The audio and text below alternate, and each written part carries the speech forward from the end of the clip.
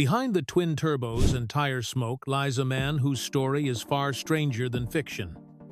From childhood tragedies to devastating crashes, from business empire splits to emotional tributes that will make you cry, Justin Big Chief Shearer's journey involves secrets that even die-hard fans have never heard. His mother's heroic sacrifice, a friendship that ended in tragedy, and the real reason he disappeared from the show will shock you. Here are 15 things you never knew about Big Chief from Street Outlaws. Fact 1. His mother was his true hero. When most people think about the tough guys of street racing, they picture someone who grew up surrounded by fast cars and fearless attitudes. But Big Chief's story starts with something completely different.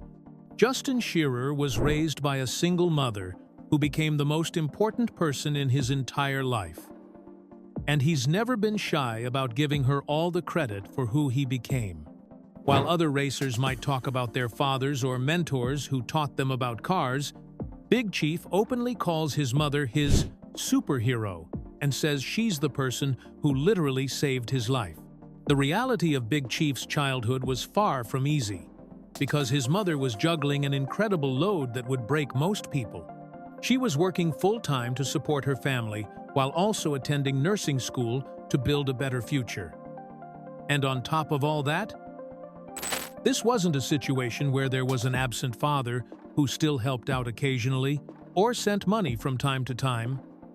This was a woman who was handling absolutely everything by herself. Most single parents struggle with just the day-to-day responsibilities of raising children.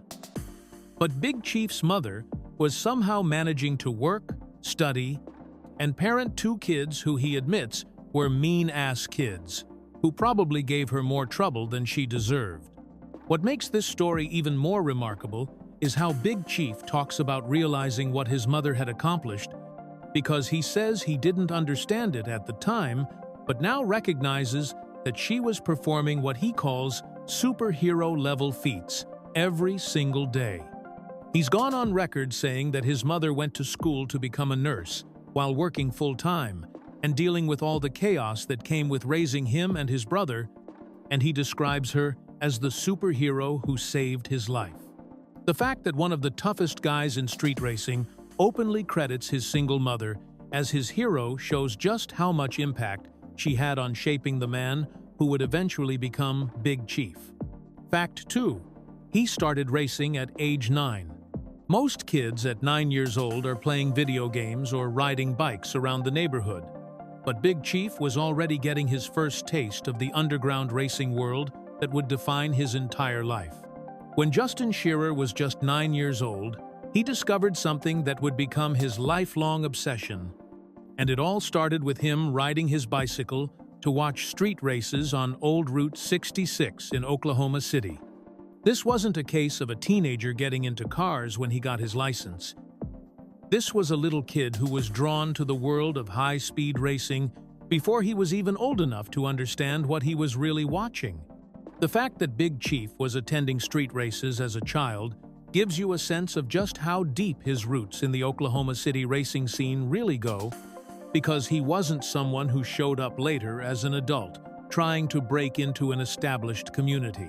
He was literally growing up around these races, watching the cars and the culture from the very beginning, and absorbing everything about how this underground world operated. While other kids his age were probably at home watching cartoons or playing with toys, Big Chief was pedaling his bike to illegal street races where grown men were risking everything to prove who had the fastest car. What makes this even more interesting is that this early exposure to racing happened during a time when street racing was much more underground and dangerous than it is today, because there weren't reality television shows or social media coverage making it mainstream. The races that 9-year-old Justin was watching on Old Route 66 were the real deal, with no cameras or production crews, just pure illegal racing where anything could happen. The image of a little kid on a bicycle showing up to watch these races shows just how much the racing bug had already bitten him, and it explains why Big Chief has such deep knowledge and respect for the culture that existed long before street outlaws ever made it famous. This early start gave him decades to learn the ins and outs of street racing before he ever... Fact 3. The Crow was his first date car. The legendary 1972 Pontiac Le Mans, that fans know as the Crow, holds a much deeper meaning in Big Chief's life than just being his fastest race car, because this vehicle was actually the setting for one of the most important moments in his personal history. When Justin Shearer bought this car at 16 years old, he had no idea that it would become not only his signature racing machine, but also the place where he would take his future wife Alicia on their very first date together. This means that the Crow wasn't just about winning races or building his reputation in the street racing world. It was also connected to the beginning of what would become an 11-year marriage and the start of his family life. Big Chief has openly talked about how he drove the Crow every single day for years when he was younger. And during that time, the car was witness to what he calls a lot of firsts in his life. The most significant of these firsts was taking Alicia out on their first date in this same Pontiac, which adds an incredibly personal layer to why this particular car meant so much to him throughout his racing career. While most people think of race cars as being purely about performance and competition, the Crow represented both his racing dreams and his romantic life, all rolled into one vehicle. The fact that Big Chief chose to use his race car as his date car also shows you something about his priorities and personality as a young man, because he wasn't trying to impress Alicia with a fancy sports car or a pristine show vehicle. Instead, he was sharing the thing that mattered most to him at the time, which was this Pontiac that he was already modifying and racing on the streets of Oklahoma City. His business partner, Sean Ellington, has confirmed this story, explaining that the Crow was Justin's first car that he got when he was 16, and that he used it for everything from daily driving to dating to racing. This connection between his personal life and his racing life helps explain why Big Chief was so emotionally devastated when the Crow was destroyed in the crash during filming.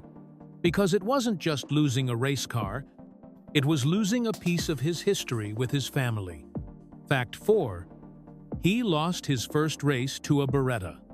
The single moment that launched Big Chief's entire racing career wasn't a victory or a trophy or even a close race, but rather a humiliating defeat that stung so badly it changed the course of his life forever. When Justin Shearer lined up for his very first street race as a young man, he was confident that he had what it took to win, but instead, he got completely destroyed by a kid driving what he describes as just a basic Chevy Beretta. This wasn't even a high-performance GT model or a specially modified version. It was literally just a regular Beretta. And according to Big Chief, this kid wore him out in a way that was both shocking and embarrassing. The reason this loss was so devastating wasn't just that he got beaten, but that he got beaten by a car that shouldn't have been able to compete with what he was driving at the time. The Chevy Beretta was never considered a serious performance car, especially not in the world of street racing, where muscle cars and modified machines usually dominated, so losing to one felt like the ultimate insult to someone who thought he understood cars and racing. Big Chief has been completely honest about how this defeat affected him, explaining that the sting of getting outrun by such an ordinary car created a burning motivation that would drive him for years to come. What makes this story even more interesting is how that single loss shaped his entire approach to building cars and racing. Because right there in that moment of defeat, Big Chief made a promise to himself that would define his future. He vowed that he would build a car that no Beretta could ever outrun, and that determination became the foundation for everything he would accomplish in street racing. This wasn't just about winning races or gaining respect. It was about proving that he could create something so fast and so powerful that even thinking about challenging it with a basic car would be ridiculous. The fact that this humbling experience with a Beretta became the driving force behind his legendary racing career shows how sometimes the most important moments in our lives are the ones where we fail, not the ones where we succeed. Fact 5. His best friend Flip died before the show aired. One of the most heartbreaking aspects of Big Chief's journey to television fame is that his closest friend never got to see the success that Street Outlaws would bring to their racing crew. Because Tyler Pretty, who went by the nickname Flip, died tragically at just 31 years old in May of 2013. What makes this timing so incredibly sad is that Flip passed away only a few weeks before the very first episode of Street Outlaws premiered on the Discovery Channel, which means he filmed the entire first season, but never got to watch himself on television or experience the fame that would come to the rest of the cast. Flip wasn't just another racer who happened to be on the show with Big Chief. He was Justin's childhood friend, who had been part of his life since they were kids growing up in Oklahoma. The two of them had been racing together for years before any cameras showed up, and Flip was known for driving a 1980 Chevy El Camino that he had built and modified himself over many years. Big Chief has described their friendship as incredibly close, and he's been open about how losing Flip was one of the most devastating experiences of his life, saying that he misses him more than anyone will ever understand, and that he hasn't been the same since Flip died. The circumstances around Flip's death have never been officially confirmed, but what everyone knows for certain is that he was found dead at his home in Yukon, Oklahoma on May 28, 2013. His family and friends have asked for privacy regarding the details, but the impact on Big Chief was clearly enormous, because he's talked about how Flip's death taught him about love and loss in ways he never expected. In a social media post from 2017, Big Chief wrote about missing his friend and said that he had learned to respect Flip's decision, whatever that meant, and that he was becoming an expert on the subject of losing people he cared about. The fact that viewers got to see Flip racing and joking around in the first season, not knowing that he had already passed away, adds an extra layer of sadness to his appearances on the show. Fact 6. He nearly died in the Crow crash. The most terrifying moment in Big Chief's racing career happened on November 14, 2015, when what should have been just another filmed race for Street Outlaws turned into a near-death experience that almost ended everything for him. Big Chief was racing against Brian "Chucky" Davis during what was supposed to be a routine filming session when Davis lost control of his car and slammed into the rear quarter panel of the Crow, sending both vehicles careening out of control at high speed. The impact was so severe that it completely destroyed the Crow and left Big Chief with injuries that could have easily killed him, making this crash what many people called the most devastating in Street Outlaws history. The extent of Big Chief's injuries from this crash shows just how close he came to dying that night, because he suffered what doctors called pulmonary contusions, which means his lungs were severely bruised from the impact. On top of that, he had crushed L2 and L3 vertebrae in his lower back, a broken collarbone, and was described as being pretty beat up overall, which was probably an understatement considering how serious spinal injuries can be. According to reports from people who were there, Big Chief didn't even know how bad the crash was until the next morning, when he woke up in the hospital and had someone read him news reports about what had happened, because he had been unconscious or too injured to understand the full scope of the accident. What made this crash even more heartbreaking for Big Chief was that the Crow wasn't just destroyed, it was completely obliterated, with the driver's side taking the worst of the damage and the front end being completely ripped away from the rest of the car. This was the same 1972 Pontiac Le Mans that had been his first car, his daily driver for years, and the place where he had taken his future wife on their first date, so losing it was like losing a piece of his personal history. Both drivers were rushed to the hospital immediately after the crash, and while they both survived, the fact that Big Chief was dealing with spinal injuries and lung damage shows just how close the racing world came to losing one of its biggest stars that night. Fact 7. He makes $20,000 per episode. While Street Outlaws tries to maintain its image as an underground racing show where regular people risk everything for pride and bragging rights, the financial reality behind the cameras tells a very different story, especially when it comes to what Big Chief earns for his appearances. According to multiple industry sources, Justin Shearer makes approximately $20,000 for every single episode of Street Outlaws that actually makes it to air on the Discovery Channel, which is a substantial amount of money that puts him in a completely different financial category than most people would expect from someone who presents himself as just another street racer. This $20,000 per episode salary becomes even more impressive when you consider that Street Outlaws has been running for multiple seasons with dozens of episodes, meaning that Big Chief's television earnings alone have added up to hundreds of thousands of dollars over the years. The show has aired well over 100 episodes since it started in 2013, so even if Big Chief wasn't in every single episode, his television salary has clearly been a major contributor to building his estimated net worth of $2 million. This level of income also explains how he's been able to afford the expensive modifications and rebuilds that his race cars require, because building and maintaining cars like the Crow and its replacements costs far more money than most people could ever spend on a hobby.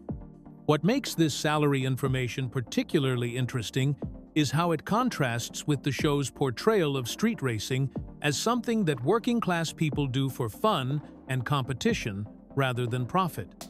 While the races themselves might involve cash prizes of a few $1,000s here and there, the real money for Big Chief comes from Pilgrim Studios and the Discovery Channel paying him to be the face of the show and the leader of the Oklahoma City racing scene.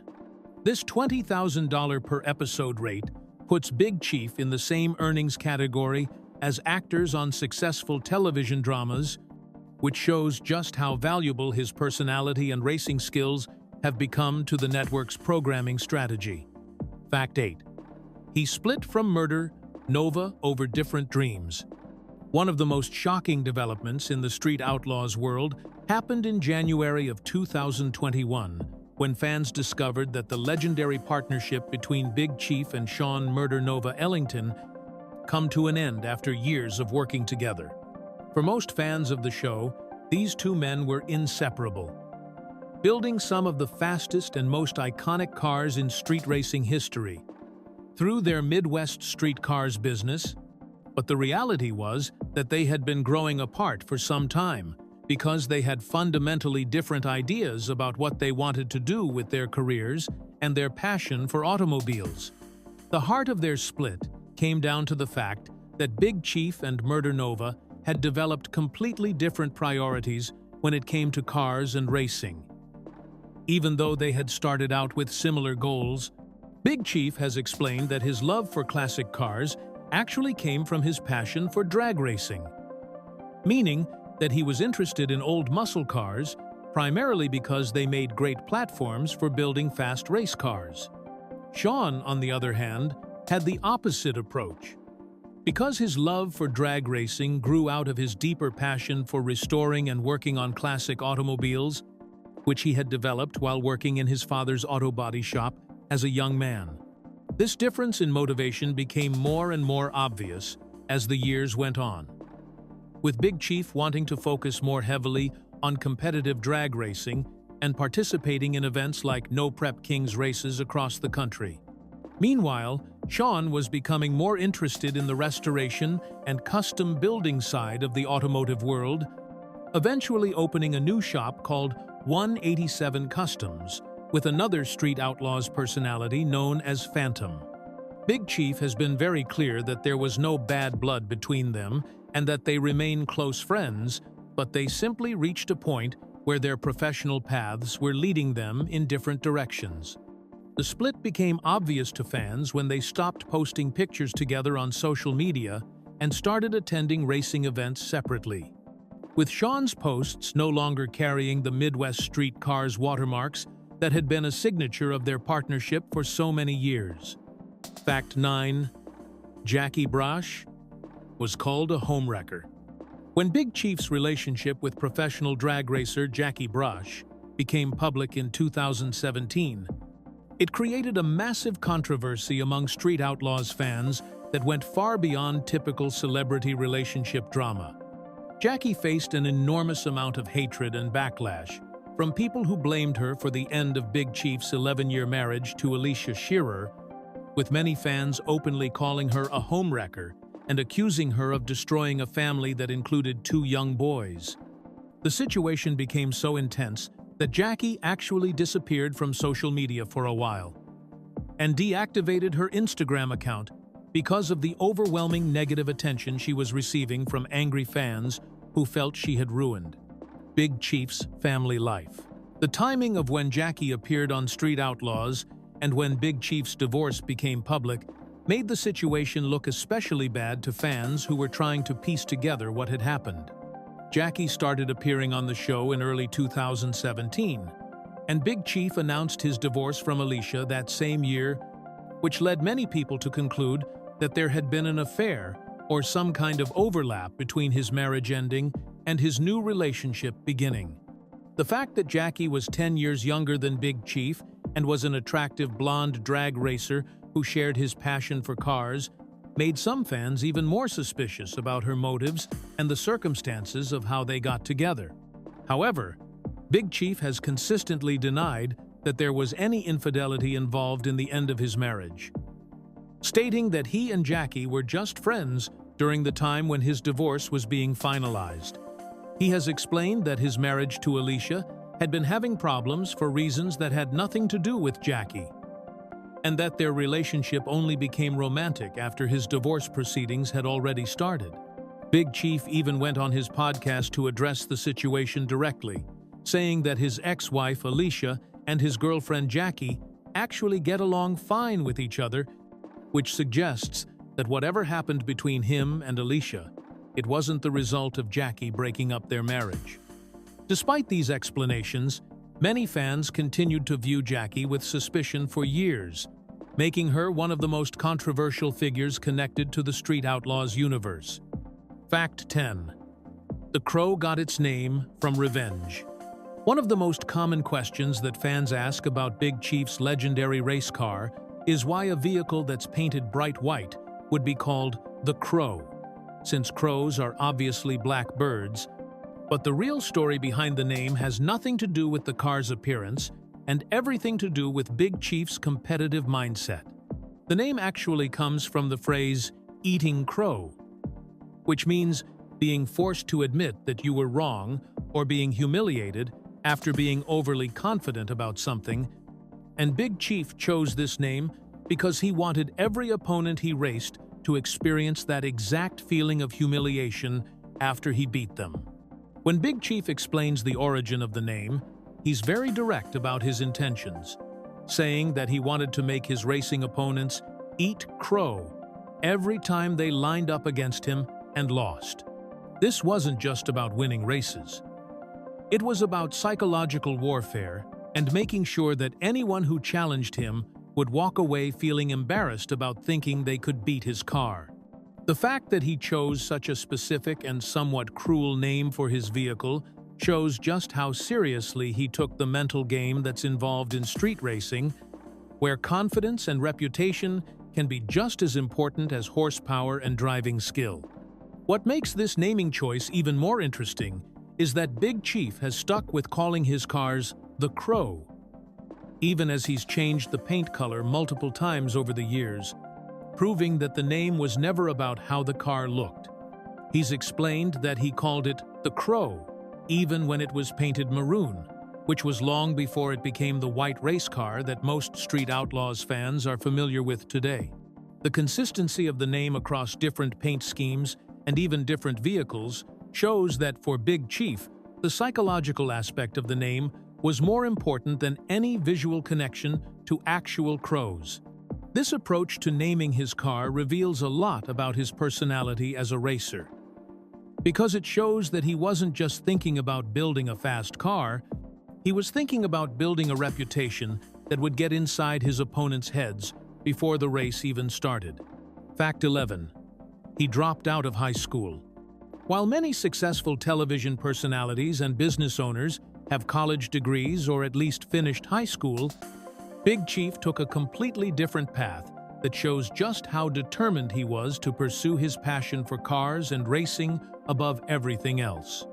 Justin Shearer never completed his formal education, making the decision to drop out of Putnam City High School before graduating because he was more interested in spending his time learning about cars, participating in street races, and working jobs that would help him fund his automotive obsessions rather than sitting in classrooms studying subjects that didn't interest him. This decision to leave school early meant that Big Chief had to support himself through a series of different jobs while he was still a teenager, and one of the most important of these jobs turned out to be working at a full-service gas station when he was 18 years old. This gas station job was significant, not just because it provided him with income to work on his cars, but because it was where he met Alicia, who would eventually become his first wife and the mother of his two sons, Corbin and Koval. The fact that he met his future wife while working at a gas station shows how his decision to prioritize work over school led to some of the most important relationships and experiences of his life. Big Chief has been completely open about the fact that he spent more time learning to drive and taking on other racers in street competitions than he did focusing on getting a traditional education, which was a risky choice that could have easily backfired if his racing career hadn't worked out. However, his success with Street Outlaws and his various business ventures has proven that formal education isn't always necessary for someone who has enough passion, determination, and natural talent in their chosen field. The path from high school dropout to television star and successful business owner isn't one that most people could follow, but Big Chief's story shows that sometimes focusing intensely on what you're truly passionate about can lead to opportunities that no classroom could ever provide. Fact 12. He owns a secret business empire. While most fans know Big Chief primarily as a street racer and television personality, the reality is that Justin Shearer has built an impressive business empire that generates income from multiple different sources, making him far more than just someone who races cars for entertainment. The foundation of his business operations is Midwest Street Cars Automotive, the shop that he co-owned with Sean "Murder Nova" Ellington for many years, where he worked as the sales and consultation specialist while also using the facility to build and maintain his own racing vehicles. This automotive shop wasn't just a place where they worked on their own cars for the show. It was a legitimate business that took on customer projects and generated significant revenue from people who wanted their cars modified by the same team that built the Crow and the Murder Nova. Beyond the automotive shop, Big Chief has diversified his income streams in ways that most people never see or think about, including sponsorship deals with major automotive companies like WELD Racing, which provided wheels for his cars, and paid him to appear at trade shows like the PRI show, where he would unveil new vehicles and promote their products. He also makes money from appearance fees at racing events and car shows across the country, where fans pay to meet him and see his cars in person, and these fees can be quite substantial given his celebrity status in the automotive world. One of his most successful ventures that fans can actually see is the Midwest Street Cars YouTube channel that he runs with his girlfriend Jackie Brush, where they post behind-the-scenes videos about their racing activities and personal lives. This YouTube channel not only generates advertising revenue based on views and subscribers, but it also helps promote his other business activities and keeps his brand visible even when he's not appearing on Street Outlaws episodes. Additionally, Big Chief has been involved in podcasting with The Chief and Sean Show, which provided another revenue stream and helped maintain his connection with fans. All of these different income sources, combined with his television salary and racing winnings, have contributed to building his estimated net worth of $2 million, proving that he's much more of a businessman than just a guy who happens to be good at driving fast cars. Fact 13. He left Street Outlaws over creative control. One of the biggest mysteries for Street Outlaws fans was why Big Chief, who had been the face and leader of the show since its beginning, suddenly became much less visible in later seasons. But the answer has nothing to do with being fired or having conflicts with other cast members. Big Chief actually made the decision to voluntarily step back from the Main Street Outlaws series because he had serious disagreements with the production team about the direction the show was taking, and he felt that the changes being made were moving too far away from authentic street racing culture that he had spent his entire life being part of. In a YouTube video that Big Chief posted to explain his absence, he revealed that he preferred the show to stay as street as possible, while keeping the focus primarily on racing rather than manufactured drama or overly produced storylines.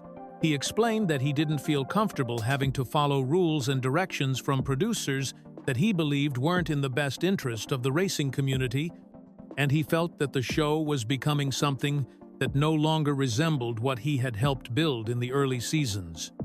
Big Chief was particularly frustrated with what he described as the direction that things are going in, the changes that are being made, and the way things are being done that didn't match his vision for how street racing should be presented to the public. This disagreement over creative control shows just how much Big Chief cares about maintaining the authenticity of street racing culture, even when it meant potentially giving up significant income and fame by reducing his role on a successful television show. Rather than just going along with whatever the producers wanted in order to keep collecting his $20,000 per episode salary, he chose to prioritize his principles and his commitment to keeping street racing as real and genuine as possible. Big Chief has made it clear that street racing will always be a huge part of his life, regardless of television, and his willingness to step back from the main show demonstrates that he values the integrity of the sport more than the money and celebrity status that comes with being a reality television star. Fact 14. He races a 3,000 horsepower monster.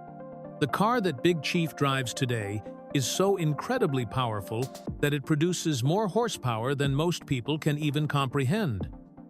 Because his current New Crow, which is a 1970 Pontiac GTO, is capable of generating over 3,000 horsepower when everything is working perfectly. To put that number in perspective, a typical family car might have around 200 horsepower. A high-performance sports car might have 500 horsepower, and even most professional race cars don't come close to the 3,000 horsepower mark that Big Chief's machine can reach when it's properly tuned and running at full capacity. The heart of this incredible power output is a 482 cubic inch Pontiac engine that has been completely rebuilt and modified with twin turbochargers that force massive amounts of air into the engine, creating the kind of power levels that would have been impossible to achieve with naturally aspirated engines from the muscle car era. This engine setup uses a pair of 94mm precision turbochargers that can pump between 46 and 52 pounds of boost into the engine on a good run, which is an enormous amount of forced air that allows the relatively small displacement Pontiac motor to produce power numbers that rival much larger engines. The engine runs on methanol instead of regular gasoline, which Big Chief chose specifically because methanol burns cooler and makes more low-end power that works better for the type of racing they do on Street Outlaws. What makes this power level even more impressive is that Big Chief has said the engine is capable of making over 3,000 horsepower, but he typically doesn't run it at maximum power because that would make the car almost impossible to control on the street and would likely result in broken parts or dangerous situations. The fact that he has access to that much power but chooses to dial it back for safety and reliability shows just how extreme modern street racing has become. where the limiting factor isn't how much power you can make, but how much power you can actually use without destroying your car or losing control at high speeds. Fact 15. He still carries Flip's memory everywhere. Even years after Tyler Flip Pretty's tragic death in 2013, Big Chief continues to carry the memory of his childhood friend with him in everything he does, and this emotional connection became clear to fans through a heartbreaking social media post that Big Chief shared in 2017. In this deeply personal tribute, Big Chief opened up about how much he missed his friend and revealed just how profoundly Flip's death had affected him on a level that most people never get to see from the tough street racer who usually keeps his emotions private during racing events and television appearances. The social media post that Big Chief wrote about Flip was incredibly raw and honest, showing a side of him that fans rarely see because he admitted that he missed Flip more than anyone will ever understand, and that he hasn't been the same since his friend died. What made this tribute even more emotional was Big Chief's admission that he had learned to respect Flip's decision, which suggests that he had come to terms with whatever circumstances led to his friend's death, even though those details have never been made public. Big Chief also wrote that he never knew what it felt like to love and lose before Flip died, but that he was, unfortunately, becoming an expert on the subject, which shows how much this loss had taught him about grief and the pain of losing someone close to you.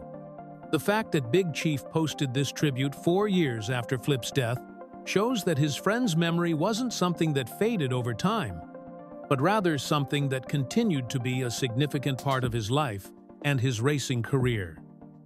Big Chief ended the post by saying he would see Flip on the other side someday and telling him, "I love you," which demonstrates that he still thinks about his friend regularly and carries that relationship with him even though Flip is gone.